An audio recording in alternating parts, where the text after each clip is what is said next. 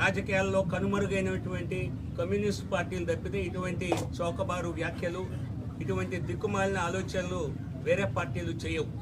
ఎందుకంటే కమ్యూనిస్టులకి భారత సంస్కృతితో కానీ ఆంధ్రప్రదేశ్ సంప్రదాయాలతో కానీ వారికి పట్టింపు లేదు. బహుశా వారు ఇక్కడ చైనా వేడుకలు జరపాలని ఆలోచిస్తున్నారేమో. సో కాబట్టి ఇక్కడికి వచ్చిన ప్రజలందరూ కూడా నన్ను స్వయంగా కలిసిన అనేక మంది, వేలాది మంది చాలా మరి అభినందిస్తూ వారి సంతోషాన్ని వ్యక్తం చేశారు.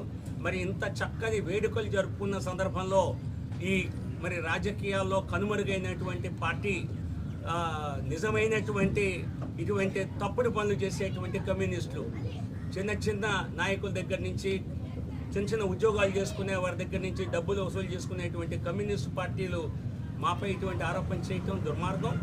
సో వారికి ఖచ్చితంగా ఈ ఇంత పెద్ద ఎత్తున మరి సంక్రాంతి పండుగ వేడుకలు జరగటం వారికి పాపం ఒకంత కినుగ్గా ఉన్నట్టుంది.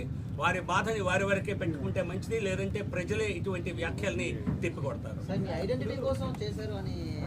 నిర్మించి ప్రజలందరినీ ఆహ్వానించడం జరిగింది. ఎవరైనా అందరూ ఆహ్వానితులే అని చెప్పడం జరిగింది. వచ్చిన వారందరికీ కేవలం ఇక్కడ చక్కటి వాతావరణం ఇవ్వటమే కాకుండా సాంస్కృతిక కార్యక్రమాలు ఏర్పాటు చేశాం. ప్రసాదాలు సుమారుగా ఈ 4 రోజుల్లోనూ దాదాపుగా 50-60 వేలకు పైగా మరి ప్రసాదాలు స్వీకరించడం జరిగింది ఉచితంగా. ₹1 ఖర్చు మేము ₹1 ఎవరి నుంచి తీసుకోలేదు. 100కు పైగా స్టాల్స్ని, బట్టల స్టాల్స్ని, ఫుడ్ స్టాల్స్ని ఏర్పాటు చేయడం జరిగింది. వీరెవరి దగ్గర నుంచి ఒక్క నయా పైసా కూడా తీసుకోలేదు. వాళ్ళకు లక్షల వ్యాపారాలు చక్కగా జరిగాయి. సంతోషం. అందరూ బట్టల కొట్లు పెట్టుకున్న వారు చాలా వరకు చేనేత వారిని నేను ఎక్కువ ఆహ్వానించాను. చేనేత వృత్తిలో ఉన్నవారు, లేదా మహిళా సంఘాలు, లేదా చిన్న చిరు వ్యాపారులు, స్వనిధి, ప్రధానమంత్రి స్వనిధి వంటి పథకంలో లబ్ధి పొందిన వారికి సంబంధించి సమస్యలు, విశాఖపట్నం అభివృద్ధికి సంబంధించిన అంశాలని ఇప్పటి వరకు ఈ పార్లమెంటు నుంచి ఎన్నికైన స్వాతంత్రం వచ్చిన దగ్గర నుంచి ఇప్పటి వరకు రాజ్యసభలో కానీ లోక్సభలో కానీ ఏ ఎంపీ కూడా విశాఖపట్నం నుంచి అడగనన్ని ప్రశ్నలు, చేయనటువంటి ప్రస్తావనలు, స్పెషల్ మెన్షన్స్ 0 అవర్లో చేశానని చెప్పి ఘంటాపదంగా చెప్పగలుగుతా.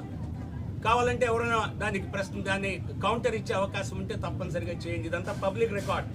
పార్లమెంట్లో ఎవరి క్వశ్చన్స్ అడిగారు, ఏం మాట్లాడారు అన్నది ఆన్ వెబ్సైట్లో, పోర్టల్లో దొరుకుతుంది.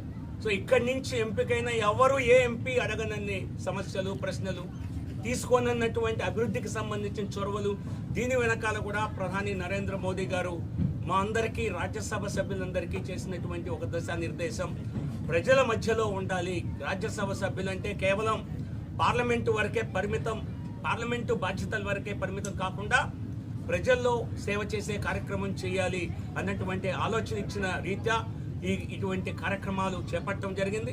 సో ఇది రాజకీయ వేదిక కాదు, రాజకీయాలు ఇక్కడ మేము చేయలేదు.